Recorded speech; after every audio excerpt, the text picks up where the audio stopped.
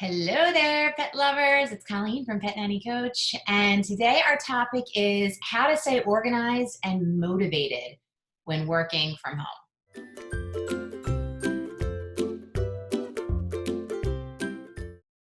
All right, so I have been working from home for quite some time.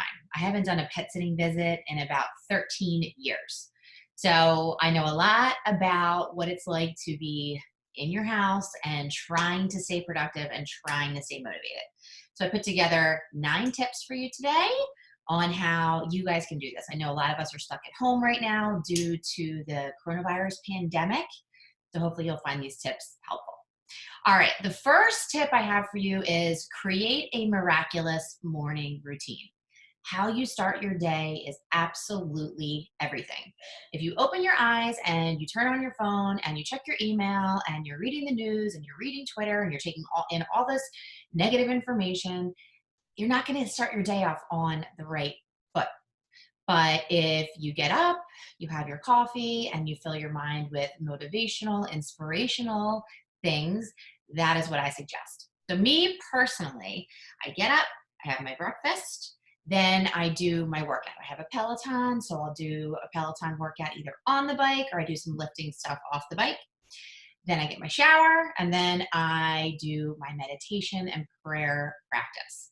This calms my mind so that I can start my day ready to go in a positive way. All right, so that's your morning routine. The second thing is I really suggest that you get dressed and you get showered. A lot of people that are working from home, I've noticed, they're sitting around and they're in their, like kind of jammies, dirty-ish type of clothes. This is not good for your mind or for your productivity. So my suggestion, get up. I mean, it doesn't have to be anything fancy. I literally have my Athleta pants on, but like it's clean and it looks nice, and I have shoes on and they're tied. I was going to show you, but probably not necessary. Put your shoes on and tie them. Don't spend your day in slippers or in bare feet. It's just not good for your mind.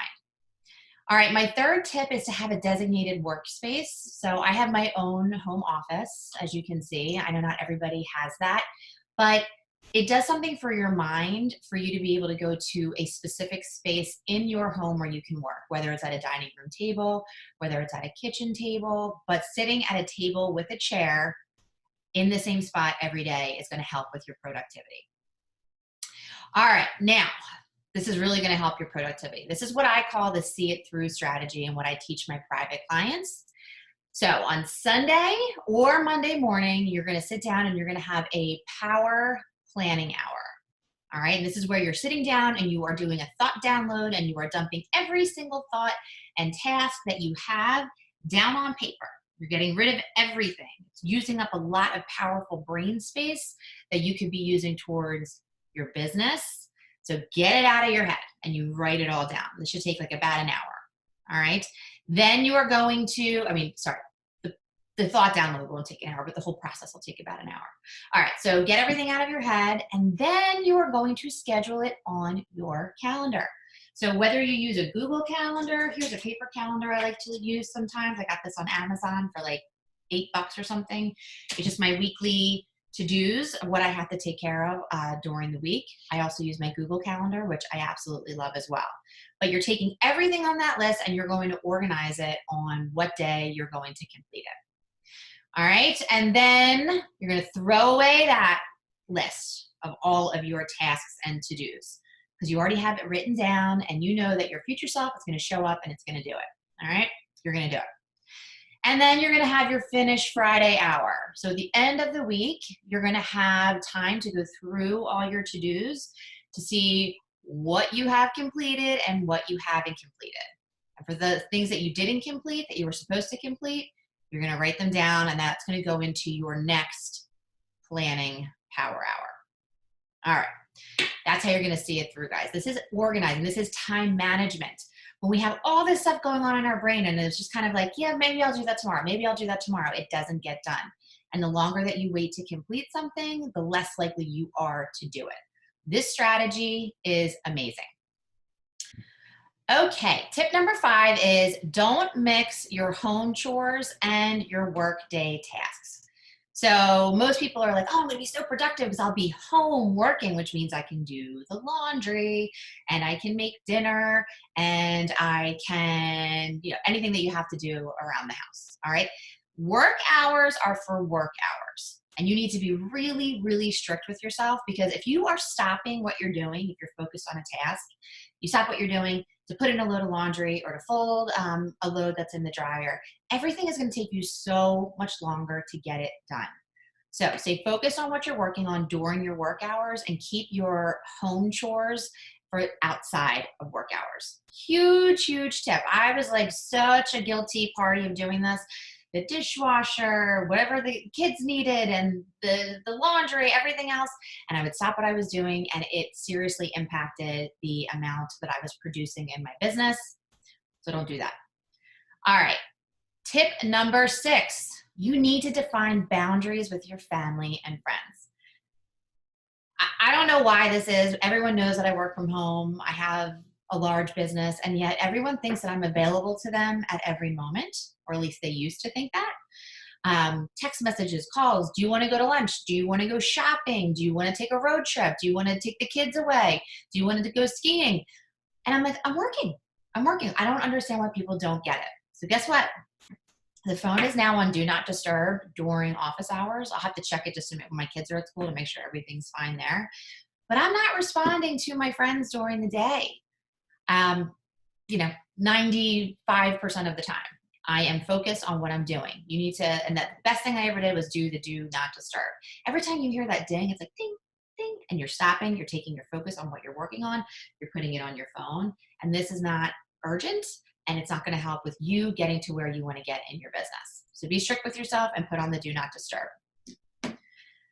Okay, get up and move. So there are days when I have sat at this desk for 8 hours. I can't move when I get up. My back's killing me. Not good, guys. You need to have scheduled breaks where you get up and you go for a walk, take the dogs for a walk, get out and get some fresh air. I have little weights in the office. I'll do some weight exercises. I'll put on music. I'll dance around to raise my vibration and my frequency, get me in a good mood, but getting your body moving.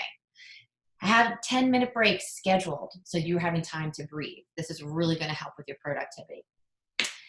Meal prepping. Oh, so working from home, you can get into some really bad habits with what you're putting into your body, because the fridge is right there. And every time you go into the kitchen, you can just grab stuff and it could be terrible for you. It's really, really difficult. Now that my husband's home with the pandemic, he's like, I don't know how you do this with the eating. He's like, all I'm doing is eating. It's tough. But you need to, my suggestion for you is meal prepping. So getting your meals on Sundays, we've been getting our dinners ready for the week, getting everything ready to go. So it's real nice and easy. And then having healthy snacks on hand that you can grab, versus you not having anything in the house except for, something that's not good for you. So getting your meal plan in order for the week and having healthy snacks stocked, huge tip. All right. And my final tip for you from staying organized and motivated from working from home is design an end of the day routine. Working from home, you can work anytime. So I highly suggest you have an end of the day time. So for me, it's 4 p.m. That used to be the time when my kids would get home from school. But you need to have something that triggers your brain for you to shut it down and be home and be present. Otherwise, I'm a recovered workaholic. I could work all day if I let myself, and that's not what life is about, right? So an end of the day routine. So shutting down your email, shutting out of your Facebook, getting your inbox to 0, and then that's it. You are done for the day. All right, I hope you found these helpful. Again, number 1, create a miraculous morning routine. Number 2, get up, get dressed, get showered.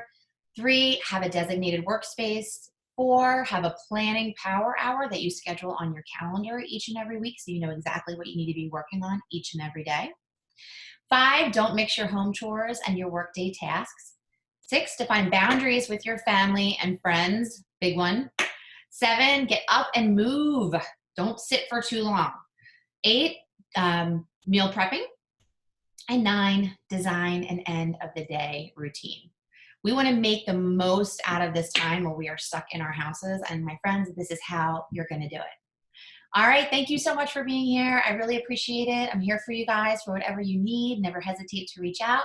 If you are not already a member of our free Facebook group, go to petnannycoachcommunity.com and reach out and say hi.